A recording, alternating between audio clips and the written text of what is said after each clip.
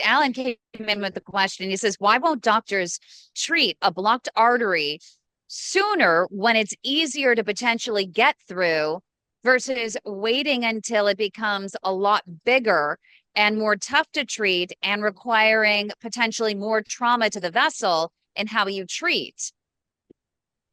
Here's the challenge with that. There are patients that can be completely asymptomatic, even though a blood vessel may be blocked, because your body has its own way of developing what we call collateral circulation around a blockage from something like a large atherosclerotic burden. So we don't want to treat necessarily a blockage. We want to treat the patient. Now, having said that, some patients being asymptomatic, what we're finding, and to the point I made before with Mary, is that some of these patients may be asymptomatic, but you have to ask the right questions. So a patient may experience leg pain, and they'll say, well, I played football in high school, or it's my sciatica, or I've got rheumatoid arthritis. It's just that flaring up again. So unless you get very specific about the questions that you ask as a physician, getting to the root cause, is vascular disease a potential cause for these symptoms? A patient may be dismissed as being asymptomatic. But getting back around to the original question, we don't necessarily treat a blocked artery to open it up. We treat it with the goal of making a patient more functional in terms of their usual daily activities, their ability to walk pain-free, and so on. So the blocked artery itself isn't really the indicator. It's the blocked artery in the presence of appropriate symptoms that we can attribute to that blockage. Hopefully that answers the question.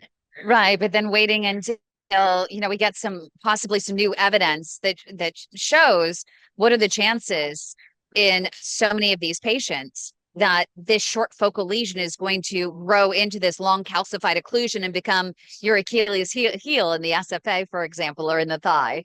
Really good point. And it kind of goes to that same original question, which is in those scenarios where a patient, let's say even before they get to see a physician, they dismiss it on their own as neuropathy or an old injury.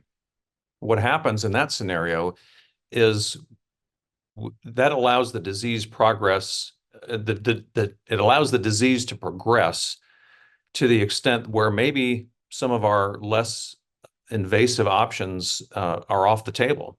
So patients, not only are they may not be a candidate for angioplasty or a less invasive approach, maybe the disease progresses to the point where they're starting to get color changes or wounds that won't heal or gangrene. But not only just from treating the vascular lesion itself, but these patients then go on without any optimal medical therapy, which is just as important. These patients, if they dismiss the symptoms, maybe they've got blood pressure that's out of control, and we miss the opportunity to get that under control. Maybe they have diabetes and their blood sugar is out of control, and we miss that opportunity to optimize their medical therapy. So only 1/3 of patients with critical limb ischemia, despite our best efforts, end up getting optimal medical therapy. And we don't know what the cause is of that. Is that from patients not being compliant? Is it from physicians not recommending the appropriate therapy? But the point being, if we let things go and we don't identify the right patients, then they absolutely will or absolutely can progress to situations where our options from a procedural standpoint are limited. Right. So much more needs to be done in studying who has the greater chance of having disease progress despite all of the best efforts, conservative therapy with walking and medicine and diabetes control, because 1 in 3 people over age 50, right, who have diabetes end up with PAD. And we have so many diabetics that even with their best effort to maintain their A1C levels, their P.A.D still progresses.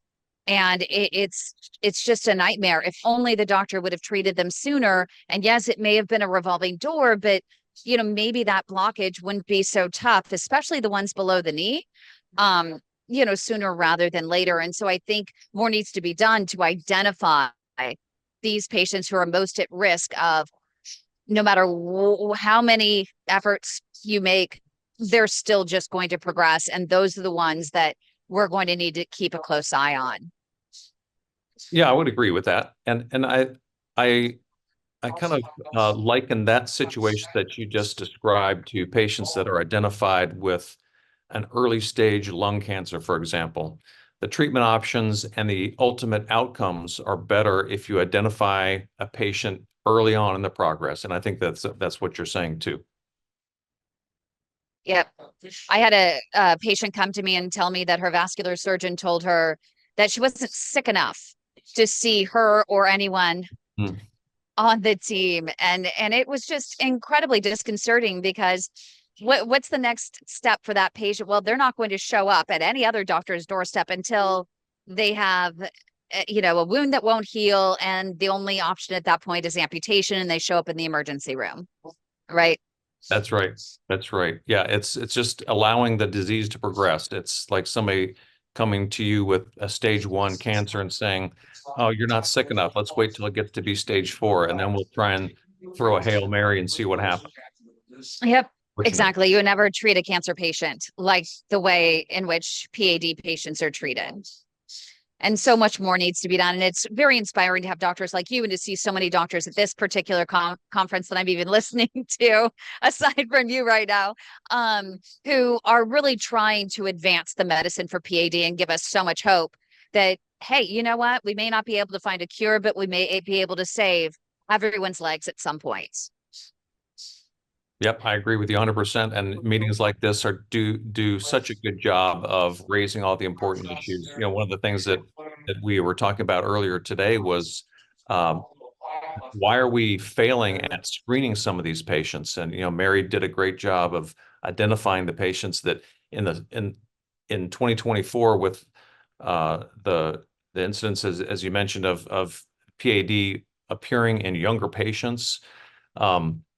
Rising obesity epidemic, diabetes still on the rise. All those things are risk factors we know for PAD and its progression. So if we're not going to screen just based on age alone, for example, let's at least screen for the patients that do have some of these elevated risk factors. I think that's the key to, or one of the keys to identifying patients earlier in the disease process.